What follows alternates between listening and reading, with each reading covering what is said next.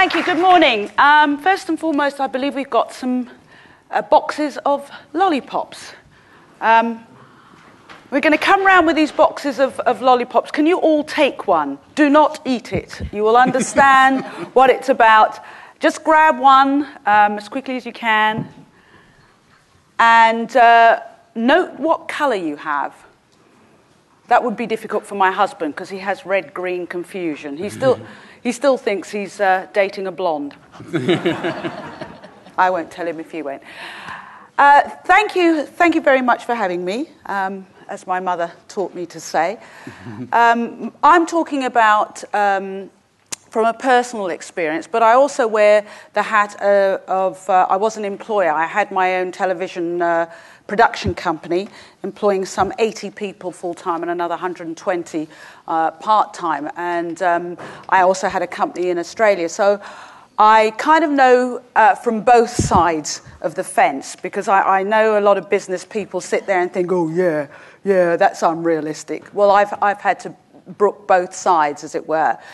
My own personal experience, as you may or may not know, I was a mental health advisor in Australia for some 10 years, advising both the Labour government and their Conservative government about mental health. I became a mental health activist in 1988. So I've been involved in writing national mental health strategies in Australia, and over here in England, I've done some work with the cross-party group on mental health. I'm very proud to be patron of Norwich Mind, mental health charity, and Norwich Home Start, because I believe good mental health starts with having a chance at good parenting. So that's my little plug for those two charities.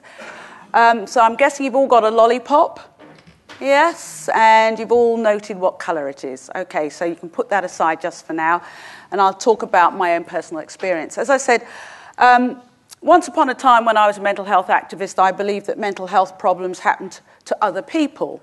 My late sister, had schizophrenia, and sadly, as a result of not just her illness, but the stigma she encountered in 1980s Britain, she committed suicide, which made me, as it were, come out of the closet to actually admit that someone in my family had mental health issues. That was, God, did I open a can of worms then? And for many people, it still is that way now. As I said, I became a mental health activist, and it wasn't until my own mental health problems that I realised that things actually happened, that I had to look after my own mental health, because we tend to put mental health problems out there. I had a breakdown in 1994, just after I'd had my second daughter, and that was mainly due to what was happening in my life. I mean, I was running a business company, I was working all the hours, God sent and then some. And I realised, in retrospect, I was running on empty. I was looking after everybody else's needs except my own. I had a new baby, I was breastfeeding, I wasn't sleeping, I had a relationship that was going down the proverbial pan, and I was still smiling and still performing at work. And I think that's an important thing to remember, because we often have a picture in our heads of somebody who's not coping, falling apart at work. That's almost the easy part. It's the person who looks like they're coping and is sinking underneath. They're the person who suddenly does something very dramatic or disappears or goes off radar, and everybody says in the newspapers, but they were so wonderful, they were the hardest worker, he was the high achiever, she was always happy, she was the one who supported her colleagues, etc. They're the people that you need to look out for, and I'm going to talk a little bit about how you do that further on. But personally, my story, when I had my breakdown and I was in hospital, I was ashamed. Having spent 10 years talking about the stigma of mental illness and how more people needed to talk about it, there was I in a psychiatric ward, feeling absolutely ashamed and terrified to go outside, because the hospital wasn't too far from ABC, the Australian Broadcasting Company, where I was a presenter. What if one of my colleagues saw me? Eventually, a journalist found out that I was on the ward, and there was a phone call. I was called to the telephone for a call where basically this journalist said, "We know where you are, and we're going to do a story." Well, that terrified the hell out of me. But I reacted in the way that I guess has become my signature. If anyone's going to tell a story about me, thank you very much, I'll do it, and I'll get the facts right. So with great help and support from I wouldn't say my television production company, but there was one person who I knew who'd come to me very quietly before and said, "You're involved in mental health, my husband's having a problem," and I'd helped her. And she happened to be in the publicity department, and when I called her, I could talk almost in shorthand, and she was there because we had this underground group of people who knew what it was about.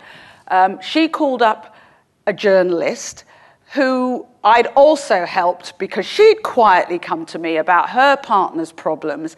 And between the three of us, we did the story of what had happened to me because I was talking to friends as far as I knew. I had a journalist who had some mental health issue sensitivities, and we could control the story before it was sensationalized, and we could also kill the story. Now that is an ideal scenario, that you actually get a journalist who knows what the hell they're talking about and has the power to not allow a sub-editor to put some horrible sensational headline across it, and that you've got a publicist who actually is telling you to talk about mental health rather than shut up, don't talk about it. So I didn't realise it, but I'd fostered my own support group. And also I had all the people that I worked with in mental health. I remember the first meeting I chaired after that, and I was thinking, oh my gosh, what do I say? And one of the people on my group, Simon, who had been a long-term sufferer, or he lived with schizophrenia, he managed his schizophrenia very well. He said, well, I'd just like to welcome you back, Trisha, and it's great to know now that when the voices come, our chairwomen will hear them as well. And with that, we laughed about it. We could go on, and everything was fine with their support. But what happened to me work-wise was that I couldn't work full-time for some 3 years. I had panic attacks. Outwardly, I might have looked like I was coping. Inwardly, I was an absolute mess. I was still coping with a divorce. I'd suddenly had a mortgage that I wasn't able to pay. I had 2 young children, which had Home Start been around in those days, I would have had somebody in to actually help me. As it was, I had a friend who had 5 children of her own who used to drop by. And I had a nanny that up until then I'd been able to employ. And I had to say to her, I can't pay you anymore. But again, because I'd helped one of her family members with mental health problems, she used to come and run a bath for the kids. Hell, we don't want to waste the water. Why don't you hop in? Leave me meals with little stickers on to say how long it should be in the microwave and what have you. For the kids, you might as well have something as well. So my support was very much in that manner. So I realised that I'd created a little community over the years of working in mental health. But as I say, I couldn't go back to full-time employment. I still worked as a government advisor. They couldn't really discriminate against me. and I had a health minister at the time who was really, very understanding. But television work, people didn't want to know until there was one woman at a network called SBS, this is in Australia. She was Russian originally. She had been a doctor in the old Russia and had been campaigning for mental health rights, and things had got so difficult for her, she'd had to leave Russia and come to Australia. This one woman got working in television. She was a producer and she wanted to do a health show. And she called me up and she said, I want to do a health show and I want to include mental health. Now this is in 1994, 1995. And I said, look, it's really nice of you to offer me this job, but I can't do it. I'm too scared. So she worked out that I would come into the office and work some days. She put me in a place where I could see the whole office. We discussed how I didn't want the lift doors behind me because that was too scary. I couldn't see who was coming in. We worked between us, worked out the best place to put me in the office. When I couldn't come in, she got the crews to come to me. Editing, sitting in a small dark booth, I couldn't do that. So she created a way of editing where we used blue light, actually, so that I wasn't in complete darkness. She did everything to facilitate my working for her.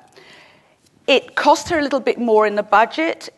It was interesting when it came up about flexible working. That's exactly what Lena did for me. It was flexible working.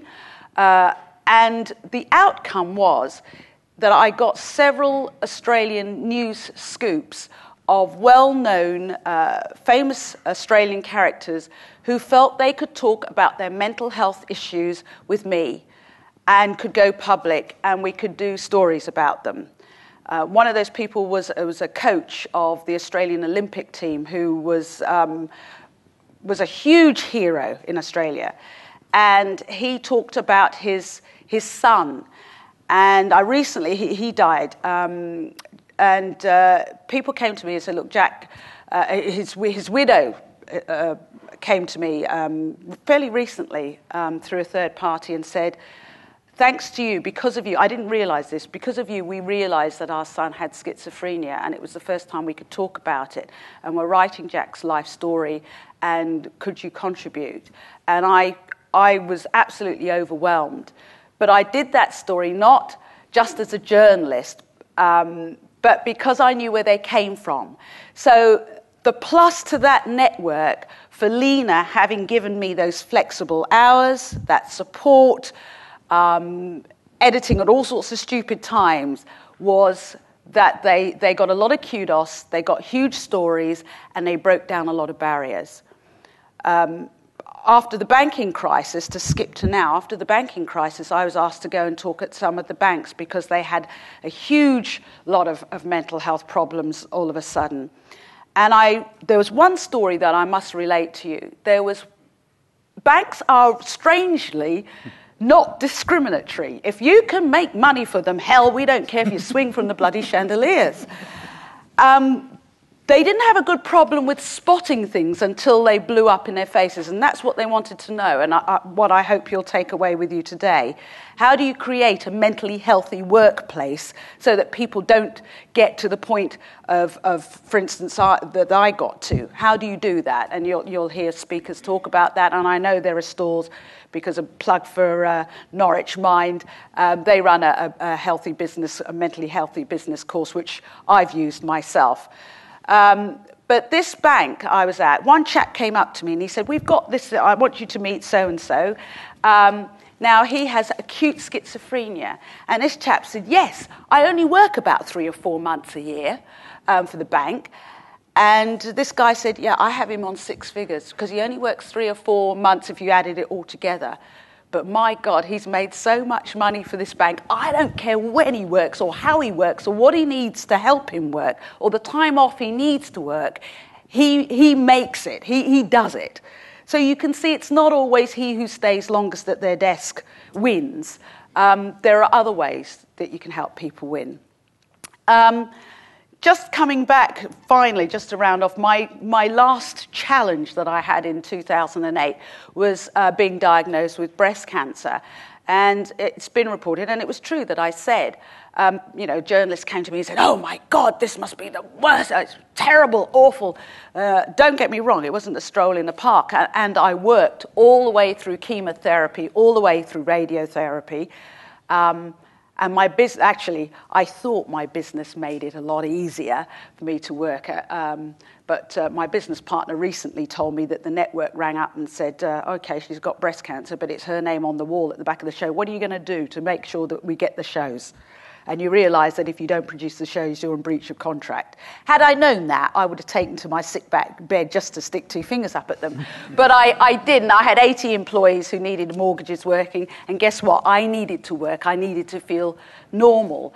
And my company made it not easy, but it made it able for me. They created an atmosphere where I could work, where nobody asked me about how I was, because I didn't want to think about how I was. Everything down to easy access to the loos, to lemon in bottles of water to counteract mouth ulcers, everything. And we got those shows done, and we did it in record time. But people said to me, this must be the worst thing that happened to you. And as I said before, it's not a stroll in the park. I don't recommend breast cancer at all. However, Liz Hurley and everyone likes to wear a nice yellow ribbon. It's okay to go around saying, yes, I'm a breast cancer survivor. You can run in your bra in the night. You can high-five people that you can go on television and talk about having had breast cancer. My point was that it is a lot easier to talk about having had breast cancer than to talk about having had a mental health problem.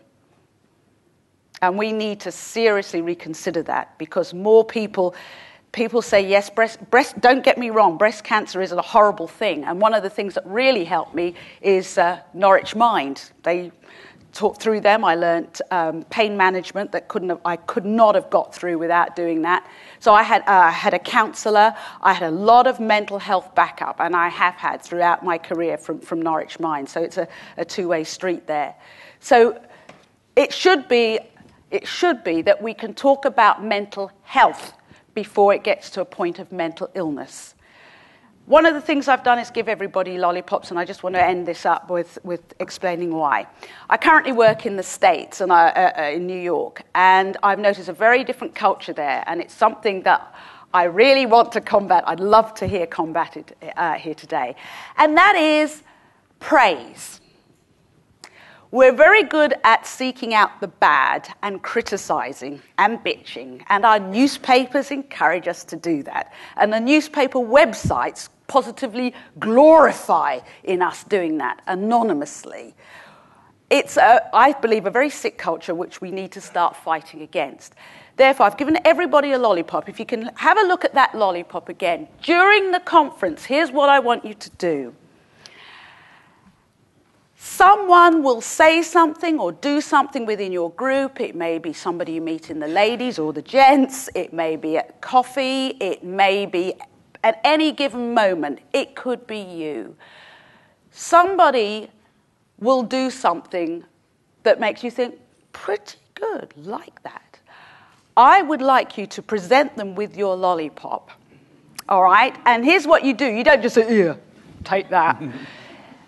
Where, when, who, what, why, the journalists thing. So where, maybe it's, look, I saw you at, I don't know, at the coffee machine, coffee machine or something.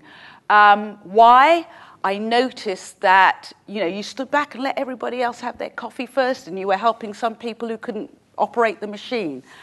Why? You know what? It's a long time since I actually saw somebody do something like that. When, 5 minutes ago, whatever. So I'm giving this to you because I think you're the most helpful person I've seen today. That's a pretty weak one, but you get my drift. It can be something small. It might be something large. It might be someone you've known before, somebody you work with that you've never actually given praise. But this is to be done out loud.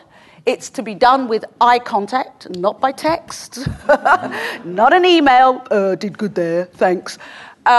Face-to-face praise. It is something we don't practice enough.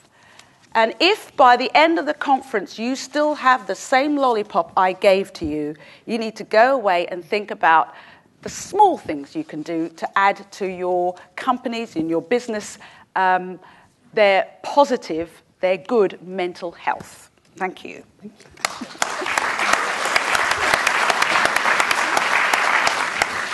done, thank you.